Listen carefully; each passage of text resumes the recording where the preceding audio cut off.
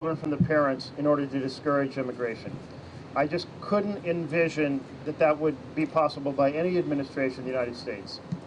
Certainly not here in the land of Lady Liberty, who speaks to the tired and the poor, those struggling for freedom.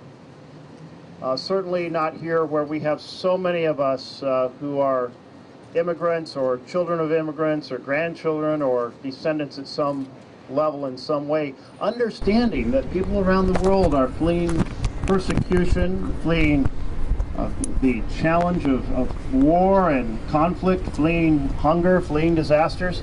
Certainly not here in the United States of America. And somebody on my team, one of my staff members, said, well, there's only one way to find out if that's really what they're doing. When I expressed doubt that they could possibly be undertaking that, I said, go down there. The one way to find out is to go and see. And so that Sunday, I thought, that's absolutely right. That Sunday I went down, and two things happened on that day. The first was being the first legislator inside the Border Processing Center where the children were being separated and locked up on these 30 by 30 foot chain link cages. And that was stunning. I was in front of a cage full of young boys who were lining up by height, and the shortest was just knee-high to a grasshopper. I figured maybe 4 years old. And I said, are these children taken away from their parents? And the answer was, not all of them. I said, but a good share of them? They said, yes. Some came across by themselves, but unaccompanied, but others, absolutely. And I looked at this little tiny kid in front of me and just thought, oh my goodness. And I said, I had seen the families being interviewed in the adjacent room.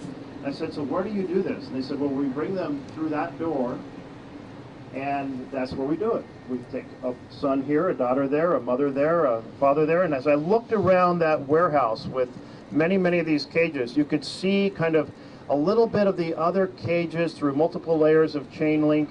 And I thought, these little kids are probably searching to see if they can get a glimpse of their father or their mother or their brother or their sister, and wondering if that's the last time they're ever going to see them. And the specialists who understand child trauma know just how damaging this is and have weighed in time and time again. If you are fleeing persecution with your family, and then you go through a difficult journey, and then you come to a country that doesn't speak your language, and it's totally strange and different, the only security you have is the hand of your father or mother. And when that is ripped away, it leaves a huge hole in you, a huge doubt about everything in life, stress and fear, all kinds of damage inflicted. And yet that's what our government was doing. And then that same day, I went up the road to Brownsville. Brownsville had a Walmart, a former Walmart, and I'd heard from an immigration advocate that hundreds of boys were being put into that former Walmart, maybe even 1,000. And so I'd asked for permission to go. My team had asked for permission. I'd been turned down. We'd asked for a waiver. We'd been turned down. And I said, let's go anyway. Let's knock on the door. Surely a supervisor should give us a tour or come out and talk to us. So let's just go knock on the door. And I did. And some of you may have seen the result. Kept waiting outside for at least half an hour, and probably another half an hour while I dealt with the fact the police came to tell me to leave. It really was a gift that the administration wouldn't let me in, because it told to every American, they don't want you all to see what they're doing. And while I was there, I said on this Facebook Live taping, I said there may be, I hear, up to 1,000 boys inside this building. And I couldn't believe that was true. And I kind of regretted saying it, thinking maybe they have a few dozen, maybe 100, but not 1,000. I went back 2 weeks later on Father's Day, June 17th of last year. And when you have a whole group of members of Congress, there's power in numbers. And so we gained access and we saw the facility. And it wasn't 1,000 boys. And it wasn't 1,100 or 1,200. It was just short of 1,500 boys in that one facility. They said, well, we have a soccer field for them to exercise. Can you imagine 1,500 boys sharing a soccer field? And I said, well, how many did you have in February? They said, well, we had 500. And I said, well, in just a couple months, you've expanded, you've tripled in size. What do you not have? And they said, well, we don't have mental health counselors. I said, well, how many are you short? They said, we're short 90. 90. There was no planning about the care of the children because the philosophy was to inflict trauma as a strategy of deterrence rather than caring for children, treating them with decency and respect. And here we are today standing for treating migrants with decency and respect as they pursue their asylum hearings.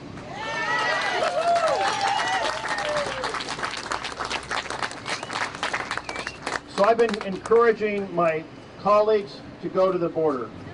And a week ago Friday, 12 senators went together, led by Minority Leader Chuck Schumer, and there were power numbers. We went to McAllen, that same place that I went originally in June of last year. It's different with 12 of us because when you're by yourself, they take the camera away, they won't let you talk to anybody. We also went to a respite center that was being run close by. So to have that many senators who are talking, sitting down on benches, talking through chain link to refugees about their journeys. And we did that in the respite center. We did that in the processing center. We saw the conditions that you all have heard about. Now, they cleaned up the place before we went, but there's fundamental issues that have been reverberating from McAllen to Clint to El Paso of the situation of children held under very crowded circumstances where you can't even sleep or lie, along with adults, of really cold cells referred to as ice blocks or hieleras, of leaving the lights on all night long, of not providing 3 meals a day or basic access to water or basic access to hygiene or basic access to medical care.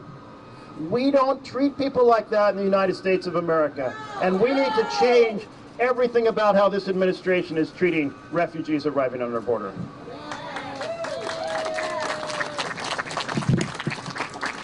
So I wrote a bill very simply titled, Stop Cruelty to Migrant Children Act. Who would imagine the United States of America, you would write an act say, Stop Cruelty to Migrant Children? Because we'd never anticipate that this is the way that things would be done. And 40 senators have sponsored that bill. We need that bill on the floor of the Senate. We need to have it debated. We need to have it voted on and see whether the representatives in the U.S. Senate are going to stand up for decency or stand up for cruelty. Let's stand for decency.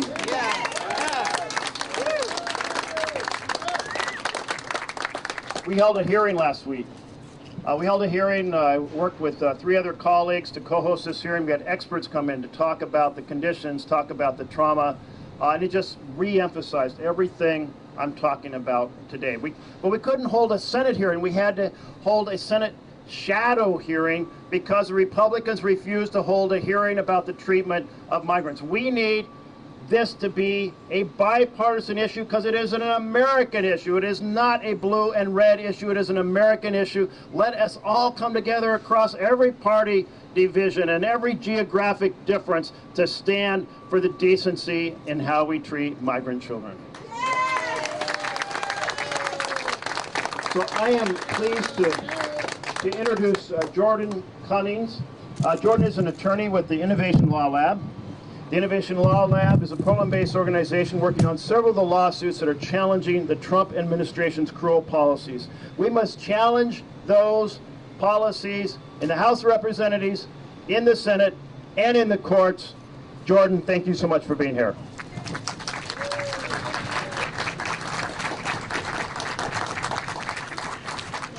Thank you so much, Senator Merkley, for the opportunity to be here, and more importantly, for your leadership and work on behalf of immigrant communities, both here in Oregon and at the border. Innovation Law Lab is an immigrant rights nonprofit based here in Portland.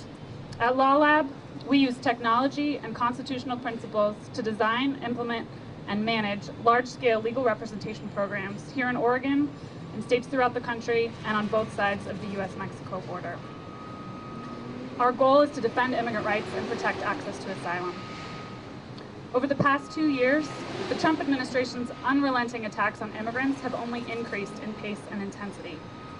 Amongst other xenophobic policies, the administration has doubled down on its efforts to effectively close the southern border and deny protection to immigrants fleeing persecution. Innovation Law Lab, in collaboration with other immigrant rights advocates, has challenged 3 of these policies in court since the winter of 2018. The first lawsuit, East Bay Sanctuary Covenant versus Trump, challenged the administration's attempts to deny asylum to anyone who entered the United States outside of a designated port of entry. Judge John Tiger of the Northern District of California agreed that this rule is improperly in tension with the asylum statute, which expressly allows anyone present in or arriving to the United States, regardless of their manner of entry, to apply for humanitarian protection here. The Ninth Circuit affirmed the preliminary injunction, which remains in place while the litigation continues. Just last week, yes, that's good news.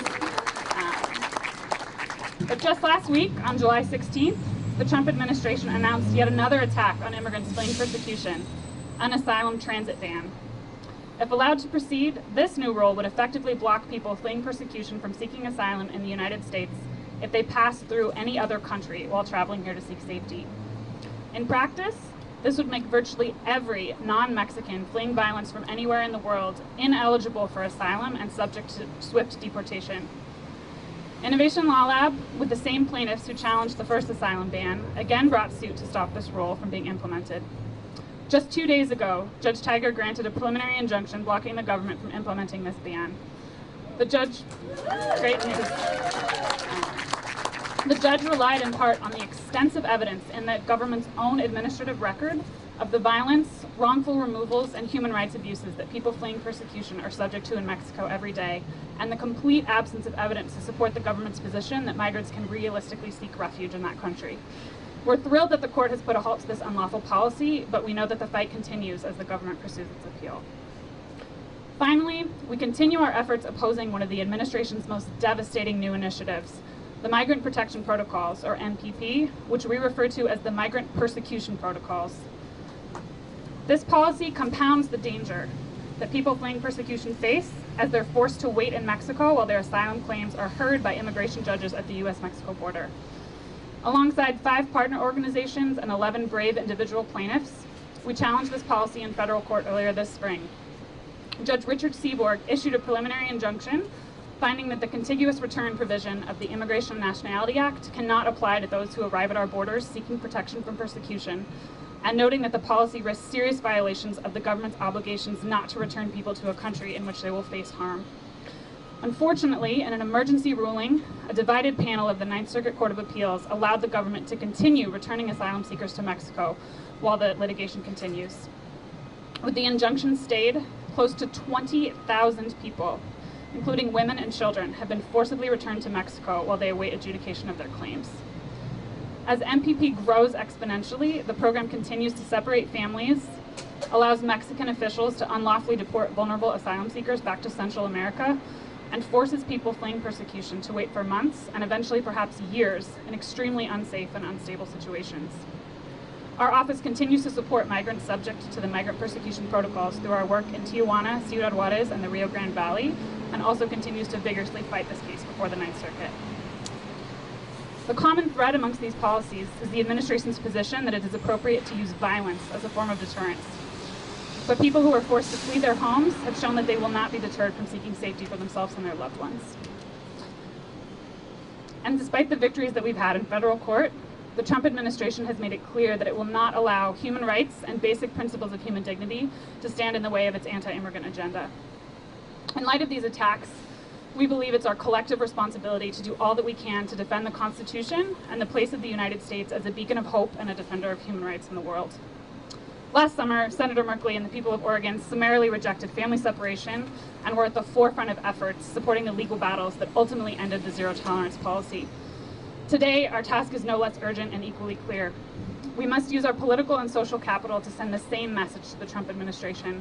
that we reject the migrant persecution protocols and call for an immediate end to the forcible return of asylum seekers to an unsafe country, along with whatever xenophobic policy they throw at us next. Innovation Law Lab, alongside our partner organizations, will continue to oppose the Trump administration's attempts to dismantle asylum and exclude and endanger marginalized people. And we are so grateful that so many Oregonians, including Senator Merkley and his leadership, are beside us in this fight. Thank you.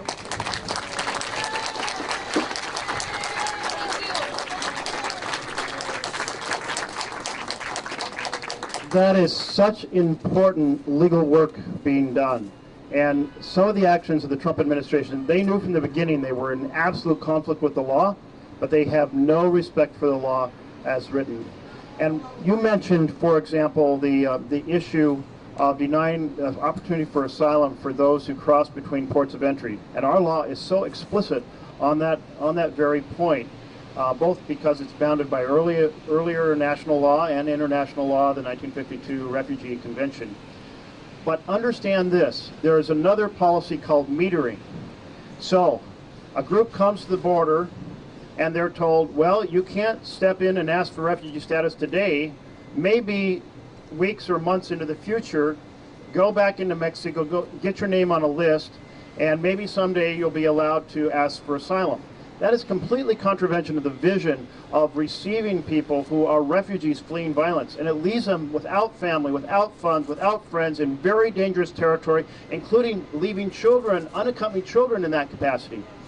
Many of those folks are there in very dangerous border cities, very, very vulnerable, and they say, you know what, the best thing for my family is to go cross between ports of entry and surrender to the Border Patrol.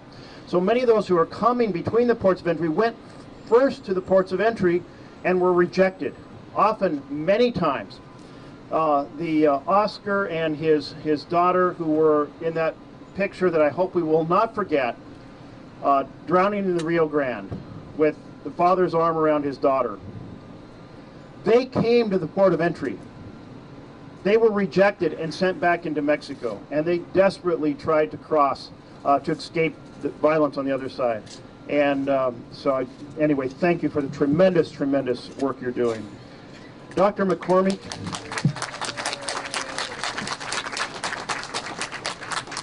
Dr. McCormick and Dr. Shiverini are physicians with the Oregon Physician Resisterhood. That's a great name, the Resisterhood, which is our local chapter of the National Physician Women for Democratic Principles. They're mobilizing doctors from across the country to contribute resources and skills to address the humanitarian crisis at the border. Welcome. Thank you so much for having us, and thank you for having this event today, Senator Merkley. My name is Andrea Shiverini, and I'm here with Colleen McCormick. We're here to represent Physician Women for Democratic Principles. Thank you. And our genius. And our local branch, Oregon Physician Resisterhood.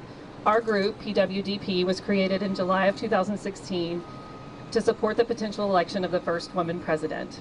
But after that devastating November election, we rallied and morphed into a resistance group aimed at defending the principles of humanity and democracy. Our focus is on activism and fundraising. We support groups and candidates focused on civil rights, healthcare, and the environment. We are 10,000 physician women spanning the entire country. Online, we're a Facebook group, which helps us translate our principles into action. We raise money for causes we believe in. Over 3 years, we have raised a total of $1.6 million for more than 50 organizations and political candidates. So helpful. Members have helped with voter registration drives, knocked on doors to canvass, and written countless postcards to voters. Several of our members have run for office, many entering politics for the first time, bringing new voices to the conversation. At every level, we're united by the resolve to get off the sidelines and guide our country toward a better and brighter future. As physicians, thank you. As physicians, we have dedicated our lives to caring for others and see our political work as an extension of that mission. The atrocity of family separations hit us in the collective gut and has sparked us to even more action. Threatening physical health, inflicting trauma, and imprisonment constitute child abuse. As physicians, we are mandatory reporters, and it is our duty to speak out against this abuse. To this end, we have mobilized on multiple levels, both to provide care and to raise our voices to speak out. Dr. McCormick is going to speak about what we've been doing.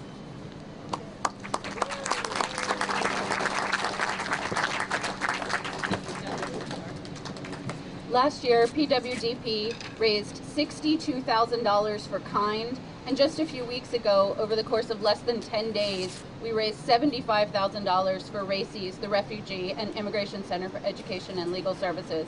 We have marched, we have protested at detention centers, we have published op-eds and local and national sources. We have appeared in the news to speak out against these abuses. We have worked with the American Academy of Pediatrics to champion these children's rights. Our members have founded clinics in shelters to serve the immigrants newly released from facilities and are working to create a network to serve the health needs of these border communities.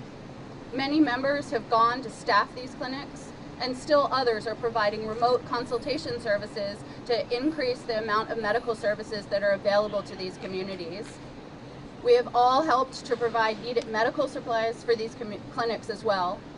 Many of our local members have borne witness by treating migrant families and children on these facilities after they have been released from detention. They've cared for patients who have directly suffered from the administration's cruel policies. A local pediatrician who volunteered in New Mexico recounts caring for a little girl who was wheezing from her asthma after CDP had taken away her inhaler, and for a sick boy who was autoimmune disease, who had been separated from his family and had no access to his medications he needed to keep his disease in treatment. Local family doctors have cared for pregnant women who had no access to food for days, and children who were so severely traumatized they were literally shaking with fear during their clinical exams. We know that the wounds inflicted today will leave lifelong scars. As physicians, we are mandated to speak out against this abuse. But you don't need to be a doctor to know that child abuse should not be a political platform, and you don't need to be a doctor to take action against it. How did we roll up our sleeves and help? How are we trying to stop this ongoing cruelty? We are ordinary American citizens who care. We don't want to sit around in despair. We want to get out and work. Anyone can do what we have doing. Our fundraising numbers are driven by small donations, with our average donation being approximately $10. Every little bit counts. It is collective action that moves us forward with power. You can support organizations that provide legal assistance, like the Innovation Law Lab, like KIND, like RACES. You can support organizations that are helping provide medical care to immigrants, such as La Frontera and Project Lifeline. And any of you who are physicians, they are open to having physicians come down for weekly volunteer opportunities to help provide care or to act as consultations from afar. Support our local immigrant communities. Support journalism that highlights these abuses. Support our heroic legislators like Senator Merkley, who is working tirelessly to stop these abuses. Support voter registration efforts and get out the vote campaigns. Keep speaking out, keep writing, keep donating, and keep working to ensure that never again is now.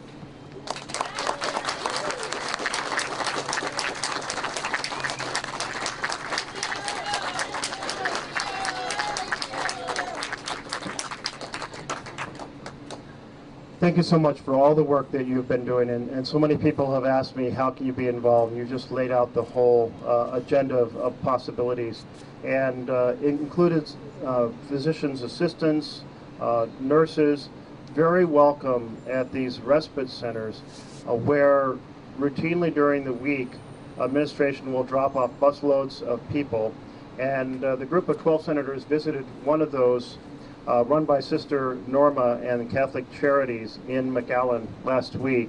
There's another place in El Paso called Annunciation House and so forth. Different nonprofits have stepped in because what the administration was doing was just dumping people on the street who had no access to telephone, no access to care, no access to be able to contact anywhere in the nation they might be headed or know how they could get a bus ticket to get there. And these nonprofits have stepped in to provide assistance and to provide medical support, nutrition, etc. So it's a beautiful response. And the difference between being there and sitting on a bench next to a cage and talking through to refugees, and then seeing how quiet, how depressed, how stressed they are, and then seeing them at an Annunciation House or at Catholic Charities where they're being cared for, it's just like life flows back into people with this work. I wanted to mention that Senator Wyden was with our group of 12 when we went down to the border last Friday, and he is currently going to another location, El Paso, this weekend. So I just want to pause and say thank you very much to Senator Wyden for being deeply engaged in this effort. We have a lot of darkness in this misuse of our government funds, our government territory, a lot of darkness. Martin Luther King said, "Darkness cannot drive out darkness. Only light can do that." These folks are shining a light through their work in their courts and their work as physicians and their advocacy. Thank you to everyone who's shining a light, as you all are by doing here today. So, we'll conclude this and see if there are any questions from the press. Just one. Remind us all, when you were turned away at the gates, first, what was the reason given for not going into the Walmart? Yes, when I was in Brownsville and turned away, the reason was that they had a policy of not admitting people. That was the reason. And whose authority was that? Well, this place was run by Southwest Keys, which is a nonprofit, and it was called Casa Padre, or House of the Father, which I thought was ironic because we were there on Father's Day and there were no fathers there because, of course, these kids have been taken away from their parents. I said to the press, the administration had a deliberate policy of keeping us out, that is, members of Congress out from exercising oversight. And the Washington Post disagreed with me because the Washington Post said, well, they don't have a policy that says we don't want members of Congress to come.